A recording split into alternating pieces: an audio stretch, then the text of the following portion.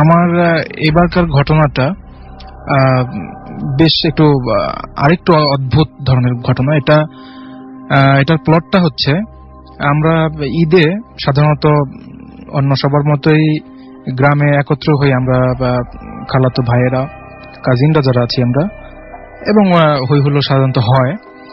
তো আমরা একবার এরকম বাড়িতে যাই। তো যাওয়ার পরে আমরা সাধারণত নানু বাড়িতে উঠি। তো তখন আবার অন্যান্য আত্মীয় স্বজনও ছড়িয়ে ছিটিয়ে আছে বিভিন্ন অঞ্চলে, এই গ্রামেই হয়তো কয়েকটা গ্রাম পর বিভিন্ন গ্রামে ছড়িয়ে ছিটিয়ে থাকে। তো সেখানেও আমরা যাই, সেখানে আমাদের প্রচুর আত্মীয় স্বজন থাকে। তো কিন্তু একটা বাড়িতে গিয়ে আমরা বেশ মজা পাই, ছোট থেকে সেখানে যাচ্ছি। তো এখন অবশ্য যাওয়া হয় না। সেটা হচ্ছে আমার খালাতো ভাইয়ের দাদা বাড়ি। তো সেখানে আমিও গিয়েছিলাম, এবং সেখানে আমাদের যে ঘটনাটা ঘটেছিল সেখানে আমিও একজন হতে পারতাম।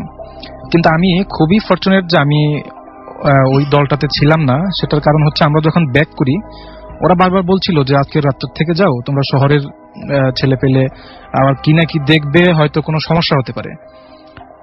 আর গ্রামে এগুলো প্রচুর থাকে, এই অশরীরী অস্তিত্বগুলো বা বিভিন্নভাবে ভয় দেখায়। তো আমরা সেটা শুনলাম না। অঞ্চলটাও খুব বিদ্যুৎ পর্যন্ত নেই, তো সেখানে স্টে করা আসলে ওরকম ভাবে সম্ভব না। তো যাই হোক, আমরা ফাইনালি চলে আসি এবং একটা ভ্যানও পাই। ভ্যানটা ঠিক করে দেয় ওনারাই, ওই বাড়ির লোকজনরাই।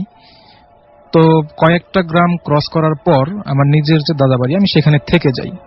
তো থেকে যাওয়ার ফলেই আমি সেই যে ঘটনাটা, আমি সেটা ফেস করি না, আলহামদুলিল্লাহ। আমি সেজন্য খুবই ভাগ্যবান। তো তখন আমি যখন ওদের কাছ থেকে বিদায় নিয়ে চলে যাই আমার দাদা বাড়ি, তো আমার ওই খালাতো ভাইয়েরা অলমোস্ট 3 জন ছিল ওই ভ্যানটাতে। তো তারা যথারীতি চলে গেল। তো গিয়ে বললাম যে তোরা গিয়ে ফোন টোন দিস, আমি আমার দাদা বাড়ি চলে গেলাম। ওরা চলে গেল। তো ওরা যেটা বললো এরপর থেকে, যেহেতু আমি ছিলাম না, ওদের মুখে শোনা যে আমার এক খালাতো ভাই, ও বললো যে আমরা যাচ্ছিলাম এবং ভ্যানওয়ালার সাথেও আমাদের অনেক ধরনের কথা হচ্ছিল। উনি বেশ রসিক গ্রামের মানুষ, বিভিন্ন ধরনের গান গাচ্ছিলেন, ভাওয়া গান, বিভিন্ন গ্রামের যে সমস্ত গান হয় ঐতিহ্যবাহী, সেগুলো তিনি গাচ্ছিলেন। তো এক সময় আমরা একটা রোড ক্রস করছিলাম, গ্রামের মেঠো পথে। যদিও বেশ অন্ধকার, কিন্তু খুব মোটা হরফে লেখা একটা সাইনবোর্ড, যেটা চোখে পড়বে যত অন্ধকারই হোক। আর বিশেষ করে লাল অক্ষরে লেখা, তো সেটা একটু ফোকাস বেশি করছিল। তো সেখানে বেশ বড় অক্ষরে লেখা আছে নিষিদ্ধ ঘর। ওই ঘরটাতে একটা টিনের ঘর, খুব ছোট। তো ওরা বেশ একটু প্রথমে হাসে যে আসলে নিষিদ্ধ ঘর বলতে আমাদের সমাজে সাইনবোর্ডে লেখা ছিল। সাইনবোর্ডে নিজের চোখে দেখেছেন? আমি তো ছিলাম না। আচ্ছা, আমি তো ওই ঘটনাতে ছিলাম না, আমি তো নেমে পড়লাম আগে, একটা গ্রাম আগে আমার দাদা বাড়ি। সেখানে ওরা বললো আর কি, যে স্পষ্ট দেখতে পাচ্ছিলাম একটা গ্রামের ঘর, সেখানে লেখা আছে নিষিদ্ধ ঘর। তো নিষিদ্ধ ঘর বলতে আসলে আমাদের সমাজে একটু অন্যভাবে মিন করা হয়, কিন্তু ওইখানে আসলে গ্রামবাসী ওইটা মিন করে না। এটা হচ্ছে একটা ঘটনা ঘটেছিল, সেটা আমি পরে আসছে, সেটা আমি আসছি ওখানে। তো ওই যে ভ্যানওয়ালা, উনি বিভিন্ন ওনার এই গানের অত্যাচারেই বরং আমার খালাতো ভাইরা বেশ বিরক্ত হচ্ছিল। কিন্তু সে হঠাৎ করে গানটা থামিয়ে দিল, কোনো কথাই সে বলছে না। আর এরা এদিকে ভ্যানে বসে বসে এই টিটকারি মূলক যে কথাগুলো, যে কি রে নিষিদ্ধ ঘর, বা এই একসময় জিজ্ঞেস করে কি ভ্যানওয়ালা ভাই, এটা কি আসলে নিষিদ্ধ ঘর কেন, এটা কেন, এটা আপনার তো এই গ্রামেরই। তো তখন তিনি গ্রামের ভাষায় নাকি বললেন যে ভাইজানরা এগুলো বাদ দেন, তো এগুলো ভালো জিনিস না, এগুলো এই আলোচনা বাদ দেন, এগুলো এখানে ঘটনা আছে, তাড়াতাড়ি দোয়া করেন যেন এই রাস্তাটা তাড়াতাড়ি আমরা পার হইতে পারি, এরকম উনি ওনার ভাষায় বললেন। তো এরকম কিছু দূর যাওয়ার পরে প্রায় ওনাদের ওদের যে ডেস্টিনেশন প্রায় পৌঁছে গিয়েছিল, তার একটু আগে হঠাৎ করে দেখে যে তাদের যে ভ্যানওয়ালা, সে তো চুপ হয়ে গেল। কিছুক্ষণ পরে তারা নোটিস করলো যে ভ্যানওয়ালার মাথা থেকে একদম প্রায় কোমর পর্যন্ত চুল নেমে এসেছে। একদম সুশ্রী মেয়েদের যে চুল থাকে, মনে হচ্ছে সেটা একটা মহিলা। আচ্ছা, তো সে তো মহিলা ছিল না, এক্স্যাক্টলি মহিলা ছিল, পুরুষ ছিল ডেফিনেটলি। সে ভ্যান চালায়, খুবই অদ্ভুত ব্যাপার। তো তারা যেটা বলল যে এটা কি, মানে ওরা যে বলবে যে এটা কি বা এটা কেন হচ্ছে, এটাও তো বলার সাহস থাকার কথা না। একটা মানুষ চোখের সামনে বদলে যাচ্ছে এবং সে ইভেন্চুয়ালি সে একটা মহিলাই হয়ে গেল। তো আচ্ছা। মহিলা হওয়ার পরে এখন আর কিছু ডিসকাস করার কোনো প্রশ্নই আসে না, যেটা কি এটা যে সুপার ন্যাচারাল কিছু হচ্ছে, অস্বাভাবিক কিছু ঘটছে, এটা বুঝতেই পারছে, সবাই বুঝতে পারবে। তো এখন ওদের যে ভাষ্য শুনলে হাসি পায়, কিন্তু ওদের জন্য হাস্যকর ছিল না। ওরা বলে যে কে কোন দিকে আমরা জানি না, আমি একদিকে আর অন্যরা অন্যদিকে, কিসের ভ্যান আর কিসের ভ্যান চালক আমরা কিছু জানি না, পরে আমরা যার যার মতো আলাদা হয়ে যাই। তো সবচেয়ে যেটা ইন্টারেস্টিং যে ওই ওদের মধ্যে থেকে একজনকে পাওয়া যায় একটা তাল গাছের উপরে। আচ্ছা, এটাই হচ্ছে একটু বেশি অদ্ভুত। আর বাকিরা ওই গ্রামের মেঠোপথের পাশে সাধারণত যে ধান ক্ষেত থাকে, বিভিন্ন ক্ষেত থাকে, ওখানেই পড়েছিল তারা। আর তাল গাছের উপরে যে ছিল সে বেশ ইনজোর্ড ছিল।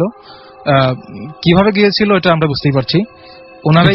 উনার কিছু মনে নাই, উনি কিছু বলতে পারেন না। একজন শুধু বলতে পারে, আর বাকিরা প্রায় বলতে পারেন অনেকদিন তারা অ্যাবনর্মালি ছিল। এরকম ঘটনা ঘটলে সবাই খুবই স্বাভাবিক। তো পরবর্তীতে ওদেরকে গ্রামবাসী জিজ্ঞেস করলো, আর তাদের পোশাক দেখে বোঝা যাচ্ছিল যে এরা শহরের ছেলে। কি হয়েছিল তোমাদের? বললো যে একজন শুধু ভাগ্য ভালো বলতে পেরেছিল যে আমাদের এই ঘটনা হয়েছে। পরে ফাইনালি গ্রামবাসী যেটা তাদেরকে ইনফর্ম করলো যে ওই ঘরটাতে, তাও তো অনেক দিন আগের কথা, সেই 90s এর ঘটনা এটা। একটা মেয়ে বেশ মানে নির্যাতিত হয়েছিল যেভাবেই হোক কিছু মানুষের দ্বারা। তো সেই অপমানটা সে সহ্য করতে পারছিল না। তো ফাইনালি সে ডিসাইড করে যে সে আত্মহত্যা করতে চায়। কাজটা যদিও গর্হিত কাজ, তারপরে সে ফাইনালি সেটা করে এবং করার ফলে এবং সে এটা এক্সিকিউট করে ওই ঘরেই, যে ঘরটাতে পরবর্তীতে মানুষ যে ভেঙে ফেলবে সেই সাহসটাও কেউ করে নাই। কারণ এখানে একটা জিনিস আমি না বললেই না, ওই ঘরটা যেই ভেঙে ফেলতে চেয়েছে পরবর্তীতে ওই গ্রামে তার লাশ পাওয়া গেছে, এবং এমন লাশ যে সেই লাশটা কোনো মানুষ তাকে হত্যা করেনি। কোনো সে কখনো মানে কোনো মানুষ, নিহত মানুষ ওয়ান্ডেড ছিল না, মানে একদম দেহ তার সব ঠিকঠাক আছে, কিচ্ছু হয়নি, সে এমনি মারা গেছে। এটা হওয়ার কথা না, যদিও মানুষ যে কোনো ভাবে মরতে পারে যে কোনো বয়সে, কিন্তু এই ঘর ভাঙার সাথে এই ব্যাপারটা, এই পরামর্শটা দিয়েছে যে এরকম একটা ঘর ভেঙে ফেলা হোক, সে পরের দিন না হলেও কিছুদিন পর তার অস্বাভাবিক মৃত্যু গ্রামবাসী দেখেছে। বেশ সবাই এটা নিয়ে খুব বেশি উদ্বিগ্ন ছিল।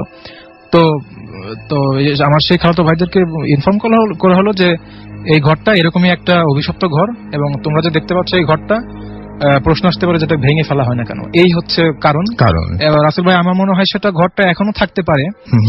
আমি জানি না, অনেকদিন সেই গ্রামে যাওয়াও হয় না, তবে ঘটনাটা আমার কাছে বেশ ইন্টারেস্টিং মনে হচ্ছিল। শেয়ার করার চেষ্টা করলাম। কেমন লাগলাম জানি। থ্যাংক ইউ ভেরি মাচ, অনেক অনেক ধন্যবাদ আপনাকে আপনার ঘটনা শেয়ার করার জন্য। আমি বেসিক্যালি মাদ্রাসা স্টুডেন্ট ছিলাম, এখন একটা মাদ্রাসায় পড়াই। তো যখন আমি পড়াশোনার ছিলাম, তো তখন আমি ঢাকার একটা বিখ্যাত মাদ্রাসায় পড়ার জন্য আসি, আমি নামটা বলতে চাচ্ছি না। তো সেইখানে আমি যখন আসি, তো ওখানে থাকা অবস্থাতেও আমি ভূত এফএম তো অবশ্যই শুনতাম, এবং এটা ছাড়া আসলে থাকা যায় না, খুব ফেভারিট একটা শো আমার। তো সেটা নিয়ে আমরা যখন রাতে শুনতাম, রাতে তো আর সেভাবে ডিসকাস করতে পারতাম না, কিন্তু যখন সকাল হতো তা আমরা ক্লাসরুমে বসে এগুলো নিয়ে আলোচনা করতাম। তো মানে প্রথম কয়েকটা ঘন্টা আমাদের এগুলো নিয়ে আলোচনা করতে করতে চলে যেত। তা আমাদের সঙ্গে একজন ফ্রেন্ড, সেও ছিল, যার ঘটনাটাই আমি আজকে আপনাদেরকে শোনাবো। সে হচ্ছে আব্দুর রহমান। সে এগুলো শুনতো, আমরা যে এগুলো ডিসকাস করি এগুলো সে শুনতো। তো শুনে সে চুপচাপই থাকতো। অ্যাকচুয়ালি ও মোটামুটি মফস্বল থেকে উঠে আসা একটা ছেলে, ব্রিলিয়েন্ট স্টুডেন্ট, কিন্তু রংপুর থেকে এসেছিল সে। কিন্তু সে আমাদেরকে বলল যে তোমরা তো কোথায় কি ঘটনা শোনো, আমার কাছে আমার নিজের ঘটে যাওয়া ঘটনা আছে, সেটা তোমরা শুনতে পারো। তা আমি খুব হ্যাপি হয়েছিলাম ওই সময়টাতে, যে আমি বাজারে বাজারে বলা যেতে পারে ভূতের ঘটনা কালেক্ট করে বেড়াতাম, মুরব্বীদের কাছে শুনতে চাইতাম, তারা অনেক সময় অনেক মন্তব্য করতো, কিন্তু এ তো দেখি আমাকে সেদে সেদে দিতে যাচ্ছে। তো আমি ভাবতে পারিনি ওর ঘটনাগুলো এতটা সুপার ন্যাচারাল তো বটেই, এটা আরো থেকে আরো বেশি। তো সেই ঘটনাগুলো ফেস করার পরে সে কিভাবে সার্ভাইভ করছে আসলে এই জীবনে, তো সে আমাকে একটা ঘটনা শোনায়। তাকে আমি রিকোয়েস্ট করি যখন, সে আমাকে একটা ঘটনা শোনালো। তো ঘটনাটা হচ্ছে যে 2011 বা 2012 এই সময়টার মধ্যে ও বগুড়ার একটি মাদ্রাসায় পড়াশোনা করার জন্য এসেছিল রংপুর থেকে। তো আমি সে মাদ্রাসার নাম বলবো না, খুব বিখ্যাত একটা মাদ্রাসা। তো ও মাদ্রাসায় বিশেষ কিছু কারণে থাকতে পারেনি, অনেক গ্যাদারিং হয় সেখানে, অনেকের সাথে একসঙ্গে থাকতে হয়। তো ফলে ও কিছু ফ্রেন্ডস জুটিয়ে ফেলে যাদের নিয়ে ও একটা মেস ভাড়া করে থাকতে পারবে এরকম একটা। তো মেস নেয়, কয়েকটা মাস বেশ ভালো যাচ্ছিল ওদের, পড়াশোনাও বেশ ভালো চলছিল। তো বলল যে আমি হঠাৎ একটা জিনিস নোটিস করি, সেটা হচ্ছে যে আমরা যখন স্পেসিফিক একটা ক্লাস করতাম, ওই ক্লাসের যিনি লেকচারার ছিলেন খুবই বুজুর্গ ব্যক্তি, আমরা যেটাকে বলি আধ্যাত্মিক ব্যক্তি। তো সে আমাদেরকে পড়াতো, হাদিস পড়াতো। তো পড়ানোর সময় আমরা যারা সামনে বসতাম ওই শিক্ষকের, তো আমাদেরকে উনি হাদিস পড়াতে পড়াতে অনেক সময় জিজ্ঞেস করে না শিক্ষকরা যে তোমরা কি হাদিসটা বুঝতে পেরেছো কিনা বা পড়াটা বুঝতে পারলে কিনা।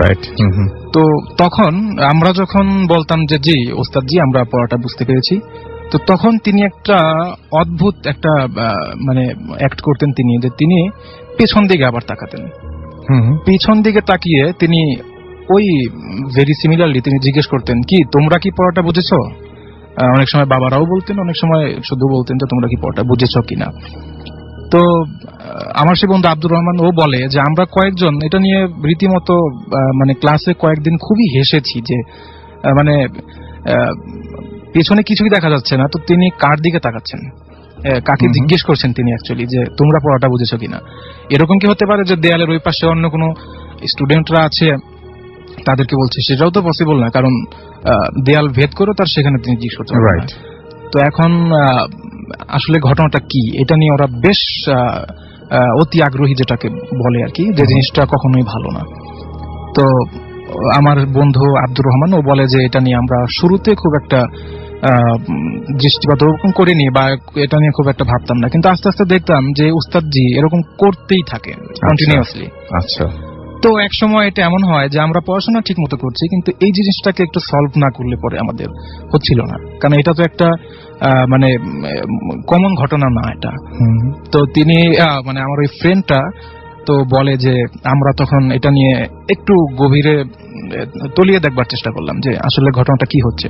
তো মাদ্রাসার কিছু যারা পুরাতন স্টাফ ছিলেন, তো তাদেরকে জিজ্ঞেস করা হলো যে এই উস্তাদজি সম্পর্কে আপনারা কি জানেন, মানে উনি কি দীর্ঘদিন ধরে এই মাদ্রাসায় এই যে 20-30 বছর যাবত হাদিস পড়াচ্ছেন, তিনি বড় শাইখুল হাদিস, তো ইনি কি এরকম অ্যাক্ট কি সবসময় করেন।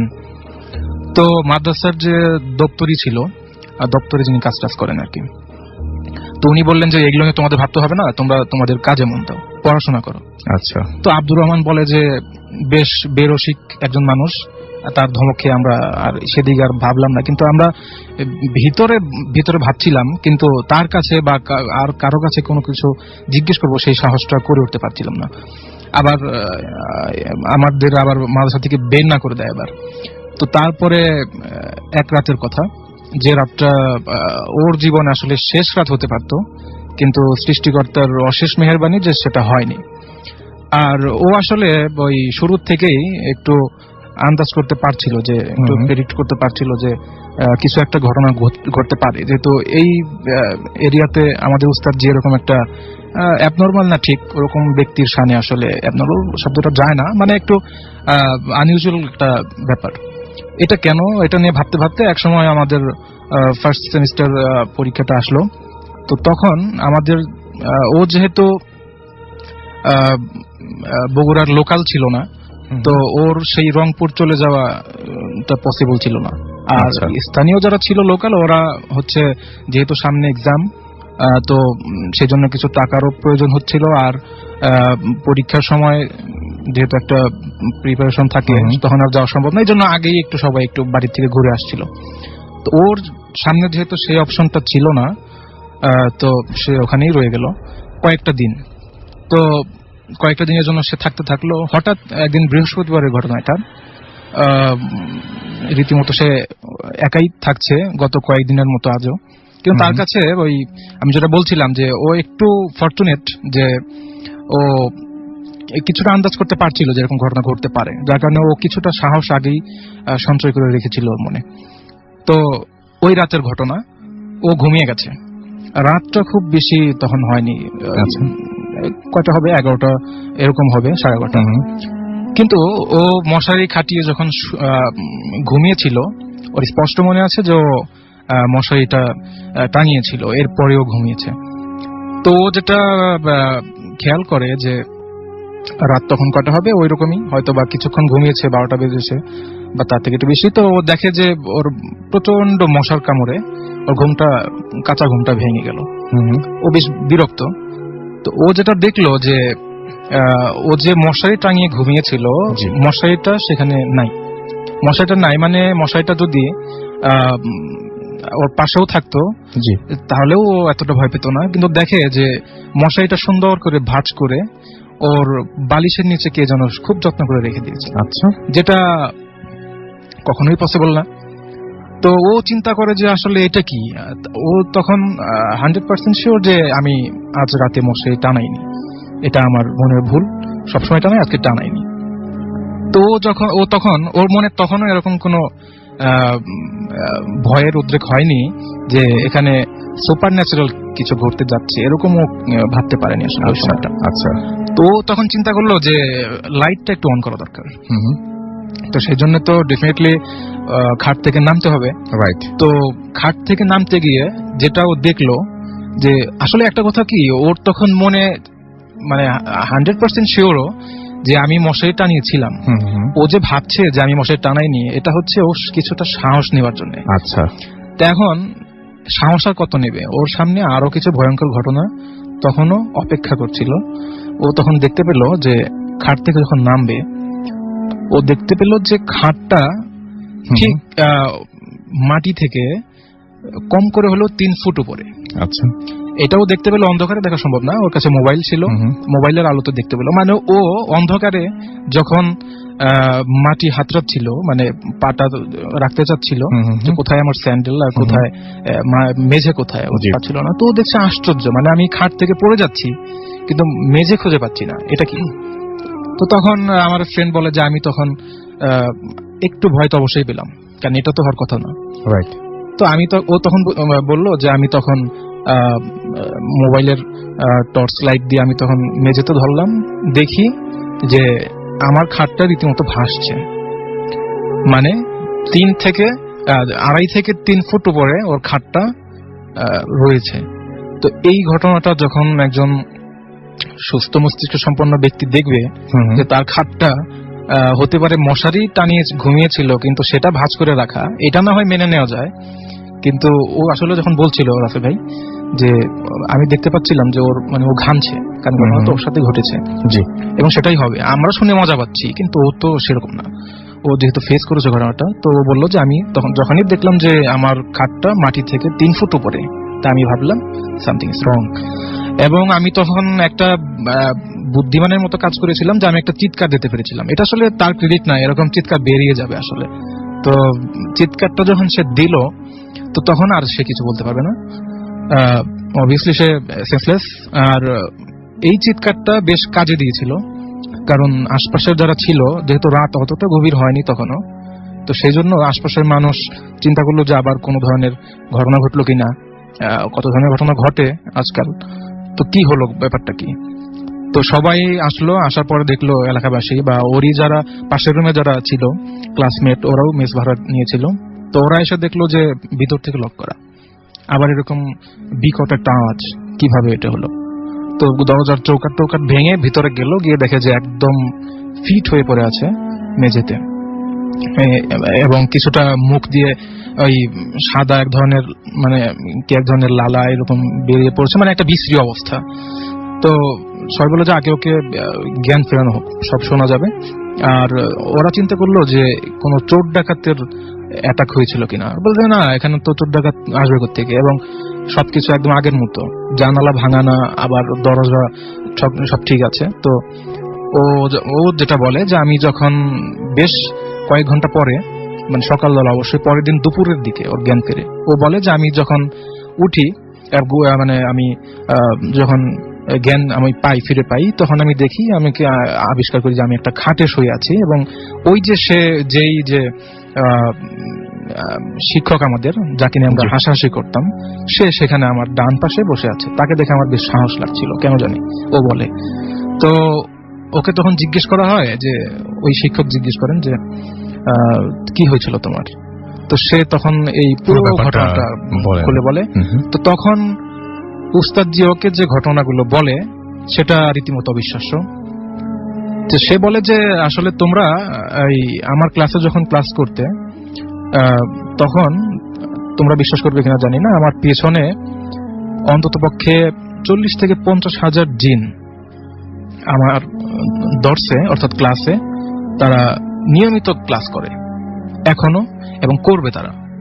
তোমরা যেরকম শিক্ষা নিতে এসছো, ধর্মীয় শিক্ষা, তাদেরও এরকম মনে চায় এবং তারাও এরকম করে, এটা করে থাকে এটা। তো সেই জন্যই তারা মূলত আসে। আর আমি তাদের খুবই শ্রদ্ধাভাজন এবং পছন্দের একজন শিক্ষক। আমি তাদেরকে হাদিসের দর্শ দেই এবং তারা আমাকে খুব শ্রদ্ধা করে। তো আমাকে যে যখন তোমরা অপমান করেছো, আমাকে অনেকে বলেছে পাগল, আমি পিছন দিকে কেন তাকিয়ে এগুলো বলি যে তোমরা পড়া বুঝতে পেরেছো কিনা, এগুলো নিয়ে তোমাদের এত আগ্রহী না হলেও চলতো। তো এই বিষয়গুলো আমি কিন্তু তাদেরকে নালিশ করিনি, যে আমি তোমাদেরকে জিজ্ঞেস করছি, আমার কিছু ছাত্র আমাকে ইনসাল্ট করছে, তোমরা এর শোধ না, আমি এটা বলিনি। ওরাই এই ঘটনাটা সহ্য করতে পারেনি। তো তোমাদের এই যে সার্কেল ছিল, ফ্রেন্ড সার্কেল যে কয়জন, তো ওরা অপেক্ষায় ছিল যে কখন তোমরা একা ওই ঘরটাতে শোও, একা কাউকে পেলে বেশি এটা জমবে। তো ওরা এই যে কোনো যখনই তোমাকে একা পেয়েছে, বাকিরা সবাই চলে গিয়েছে বাড়িতে, তো তখন তোমাকে একটু শায়েস্তা করার জন্য বলো আর শিক্ষা দেওয়ার জন্য বলো, এই তোমাকে একটু শিক্ষা দিল আর কি, যে এটা নিয়ে বাড়াবাড়ি করো না।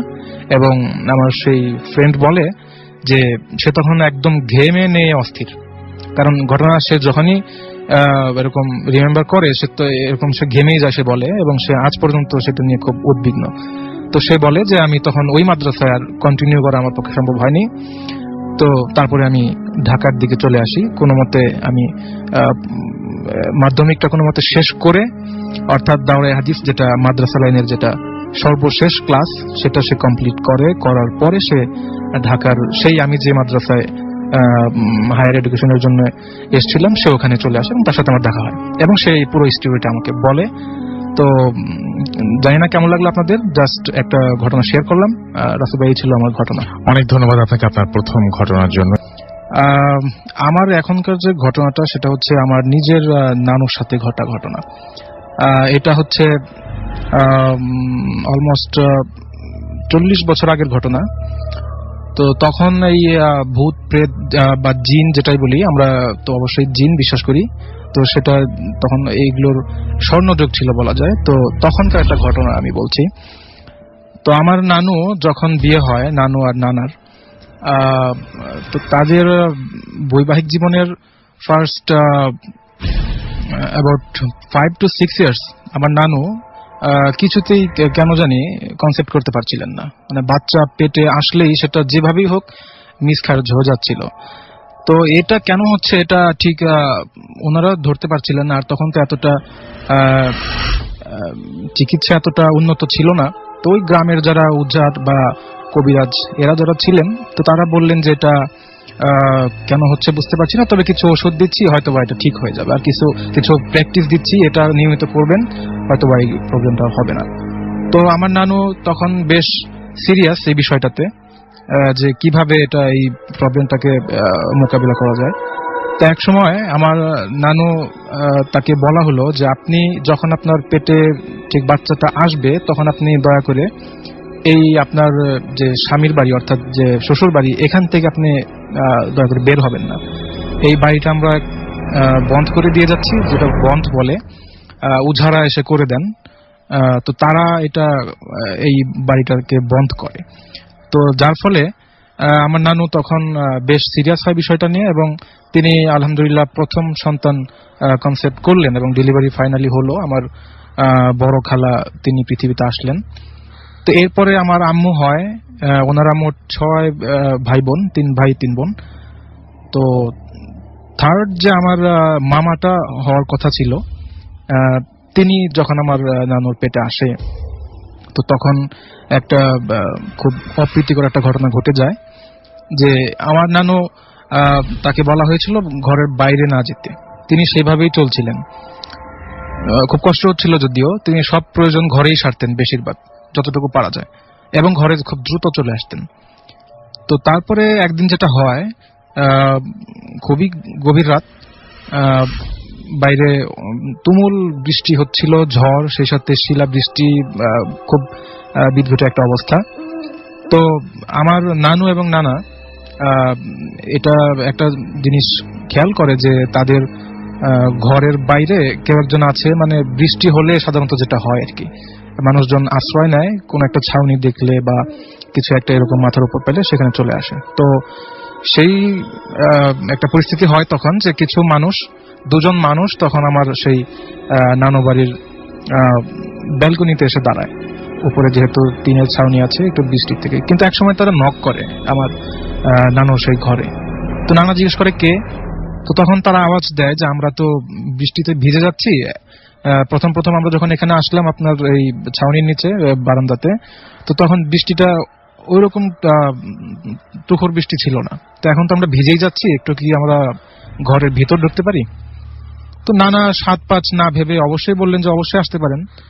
আর এত রাতে কাউকে অতিথি হিসেবে বরণ করে নেওয়া, এটা আজকের সমাজে যদিও ইম্পসিবল এটা, কিন্তু তখন এটা পসিবল ছিল, কারণ তখনকার মানুষজন এত খারাপ ছিল না। রাতে অন্তত চুরি ডাকাতি করতে আসবে এরকম পরিস্থিতি তখন ছিল না, মানুষজন ভালো ছিল। তো নানু যদিও অ্যাজ ইউজুয়াল মহিলা মানুষ, তিনি অনেক কিছু ভাবলেন যে না, এত রাতে দরজা খোলার দরকার নেই, আবার কি না কি হয়। তো নানা বললেন আরে মানুষের বিপদ আপদ হতে পারে, আমাদেরও তো হতে পারে। তো তিনি দরজা খুলেই দিলেন। ইভেনচুয়ালি তিনি দরজা খুলে দিলেন। খুলে দেওয়ার পরে দেখলেন যে দম্পতি টাইপের এরকম, একজন পুরুষ একজন মহিলা।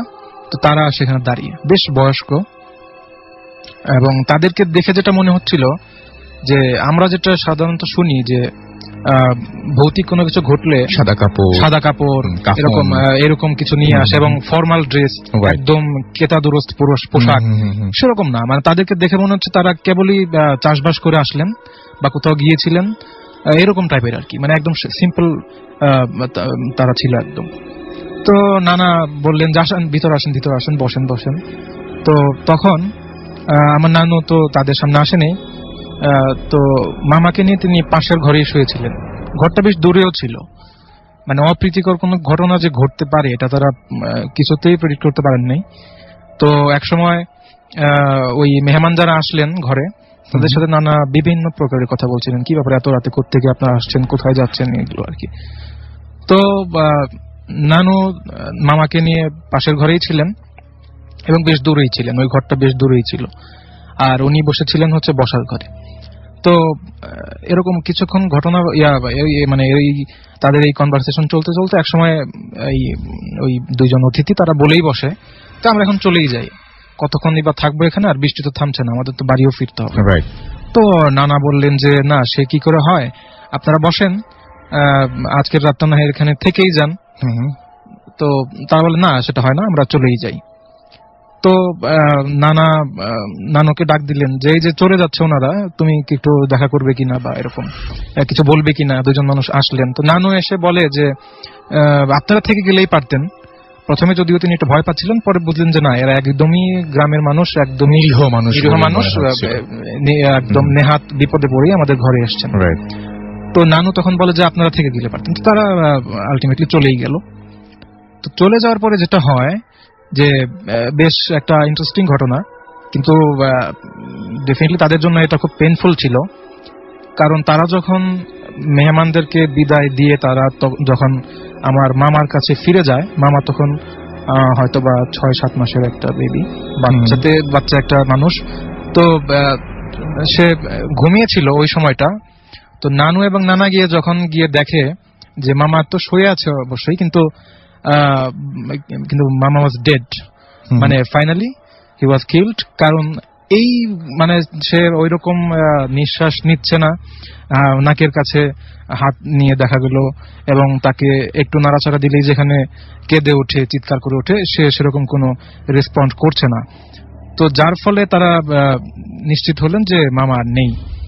তো এখন এটা কেন হলো, পরবর্তীতে এটা বিভিন্ন ধরনের আধ্যাত্মিক পার্সোনালিটি যারা আছেন তাদেরকে এটা ইনফর্ম করা হলো, কাল রাতে আমাদের এরকম ঘটনা হলো। তো তারা যেটা বললো যে তোমরা যথেষ্ট পরিমাণ কনসিয়াস ছিলা এই বিষয়টাতে, যে তোমার স্ত্রী অর্থাৎ আমার নানি ঘর থেকে তো বের হচ্ছিল না, তো ঘর থেকে যেহেতু সে বের হচ্ছিল না, ওরা কোনো ক্ষতিও করতে পারেনি, মানে জিন যেগুলো আমরা বলি আর কি, ক্ষতিকারক জিন, ভালো জিনও আছে, বদ জিনও আছে, তো ওরা ক্ষতি করতে পারতো না। কোনো একটা অজুহাতে তারা তোমাদের ঘরে আসে, এবং সেই দিনের যে দুইজন অতিথি তারা কখনোই অতিথি ছিল না, তারা ছিল একদম স্রেফ মানুষরূপী কিছু দুইজন জিন, এবং তারা এসে যখন তোমাদের ঘরে প্রবেশ করে তারা তোমার সেই বাচ্চাটিকে মেরে ফেলতে তারা সক্ষম হয়। এবং তাদের পাওয়ারফুল, মানে তাদের পাওয়ারটা এত মানে শক্তিশালী পাওয়ার ছিল রাসেল ভাই, যেটা মামা তাদের সাথে দেখাই হয়নি। মামা ছোট বাচ্চা, সে অন্য ঘরে শুয়ে আছে, তারা শুধুমাত্র এই ঘরে আসলো, এসে বসলো, মামার সাথে তাদের কোনো মিটই হয়নি। তারপরেও তারা কি এমন করলো, জাদু বলেন বা যেটাই করেন আধ্যাত্মিক ভাবে, তো মামাকে তারা যেভাবেই হোক মেরে ফেলতে সক্ষম হয়। তো ফাইনালি এটা খুবই একটা কষ্টদায়ক একটা ঘটনা ছিল। তো নানু আমাকে ঘটনাটি বলেছে, তো নানু একদিন পর অবশ্যই কষ্টটা বলে গিয়েছে, বাট তিনি যখন এই ঘটনাটা শেয়ার করলেন আমাদের সাথে, আমি দেখতে পেলাম যে তিনি বেশ খুবই কষ্ট পাওয়ার মতো একটা ঘটনা, কষ্ট পাওয়ার মতো একটা তো ব্যাপার। এই ছিল আমার সেকেন্ড স্টোরি। আমি এখন শেষ করছি, যদি আমি সুযোগ পাই হয়তো বা আমি আরো বলতে পারবো। আসিফ ভাই, থ্যাংক ইউ। ধন্যবাদ আপনাকে। তো ঘটনাটা ঘটে 1991-এ। তখন আমার আব্বুর ফ্যামিলিতে ছিল, তার আগে বলি আমার আব্বুর ফ্যামিলিতে ছিল যে আমার আব্বুর বড় ভাই, দ্যাট মিনস আমার চাচা, চাচি এন্ড আমার দাদি। আর আমার আব্বা যখন খুব ছোট থাকতে আমার দাদা মারা যায়। তো ওই সময়ে মানে আমার আম্মুর সাথে আব্বুর বিয়ে হয়। তো এর 1 বছর পর আমার চাচির একটা বেবি হয়, সেটা মেয়ে ছিল। তো তার মাঝে কিছু অস্বাভাবিক লক্ষণ মানে লক্ষ্য করা যায়, যেটি যখন সে তার মার কুলে থাকতো বা অন্য কারোর কুলে থাকতো, সে খুব কান্না করতো এবং খাবার খেতে চাইতো না। তো এক সময় দেখা যায় যে আম্মুর কুলে গেলে সে খুব শান্ত হয়ে যায়, এবং মানে আম্মু খাবার দিলে সে খায়। তো এভাবেই চলতে থাকে। তো একটা সময় মানে সেই আমার চাচাতো বোন মানে আম্মার দিকে মানে খুব এক অদ্ভুত চাহনিতে চেয়ে থাকে। তো আম্মার প্রথম দিকে সেটা কেয়ার করে না। তো তারপর থেকে যখন এটা চেয়ে থাকে তখন এটা সবাই জানতে পারে, এবং এলাকায় মানে মোটামুটি পাশের বাড়িগুলোতে জানাজানি হয়ে যায় যে আমার চাচাতো বোনের মধ্যে কিছু একটা আছে বা কোনো প্রবলেম আছে। তো পাশের মানুষ আম্মুকে বলে যে, তার আগে বলেনি যে তখন আমার বড় বোনের জন্ম হয়নি, তখন আমার বড় বোন আম্মুর গর্ভে ছিল 5-6 মাসের। তো তখন আশেপাশের মানুষ আম্মাকে মানে নিষেধ করতো যে যেহেতু ওর মাঝে কিছু একটা প্রবলেম আছে, তোমার দিকে এভাবে চেয়ে থাকে, সে তার মার কুলে থাকে না, কারো কুলে থাকে না, তোমার কাছে আসলে সে খাবার খায় বা তোমার কান্না বন্ধ করে দেয়, অদ্ভুতভাবে চেয়ে থাকে ভয়ঙ্করভাবে, তার মানে তুমি ওকে নিও না, কোনো প্রবলেম হতে পারে। তো আম্মু সেটা শোনার পর মানে তাদের কিছুই বলে না। এন্ড আম্মু মনে মনে ভাবে যে আমার শাশুড়ি যেহেতু আমাকে কিছু বলছে না, দ্যাট মিনস আমার দাদি আর আমার বাবা মানে আমার বাবা ওনাকে আম্মুকে কিছু বলে নাই এই ব্যাপারে। তো তিনি আম্মু ভেবেছিল যে হঠাৎ করে যদি তাদেরকে না করা হয় যে এই বাচ্চাকে আমার কোলে দিবে না, তো তখন হয়তো বা তারা রাগ করতে পারে বা তারা মনে কষ্ট পেতে পারে। তো সেই ভেবে আম্মু আমার সেই কাজিন মানে আমার বোনকে রাখে, নিজের মতো, নিজের বেবির মতোই রাখে, তাকে খাইয়ে দেয়, তার কাছেই রাখে। তো রাসেল ভাই যা হয় তার পরবর্তীতে একটা সময় আমার সেই বোন মারা যায়। তো মারা যাবার 4 থেকে 5 মাস পর আমার সেই বড় বোন, তার নাম রুনা, তার জন্ম হয়। এবং কিছুদিন যাবার পর তার মাঝে সেই সেম লক্ষণগুলা মানে লক্ষ্য করা যায়। তো আমার আম্মা বুঝতে পারে যে তার মধ্যেও সেই আমার মারা যাওয়া চাচাতো বোনের যে লক্ষণগুলা ছিল সেগুলা ঘটছে। যেমন সে আম্মুর দিকে মানে ওই রকম অদ্ভুত চাহনিতে চেয়ে থাকতো, এবং মানে চাহনিটা ছিল অদ্ভুত ভয়ঙ্কর, যে আম্মু খুব ভয় পায়। তারপর সে খুব কান্না করে। আর সবচেয়ে ভয়ঙ্কর যে কথাটা ছিল, সে রাসেল ভাই মানে প্রচুর খাবার খেত প্রচুর। তাকে দেখা যেত প্রচুর খাবার খেত। তো একটা সময় আম্মু আমার বোনকে নরসিংদীর কোনো একটা লোকাল ডাক্তারের কাছে নিয়ে যায়। তো সেখানে ডাক্তার কোনো সমস্যা পায় না, সেখানে গিয়ে সে নর্মাল ভাবে আচরণ করতে থাকে, বাড়িতে যেভাবে আচরণটা করে সেই আচরণটা সেখানে করে না। তো ডাক্তার বললো যে তার মাঝে কোনো প্রবলেম নেই, তাকে আপনারা বাড়িতে নিয়ে যান। তো আম্মু আব্বু চিন্তিত হয়ে পড়লো যে ডাক্তাররা ওইটা মানে কোনো সলভ করতে পারছে না। তো তারপর তার যে কান্নাটা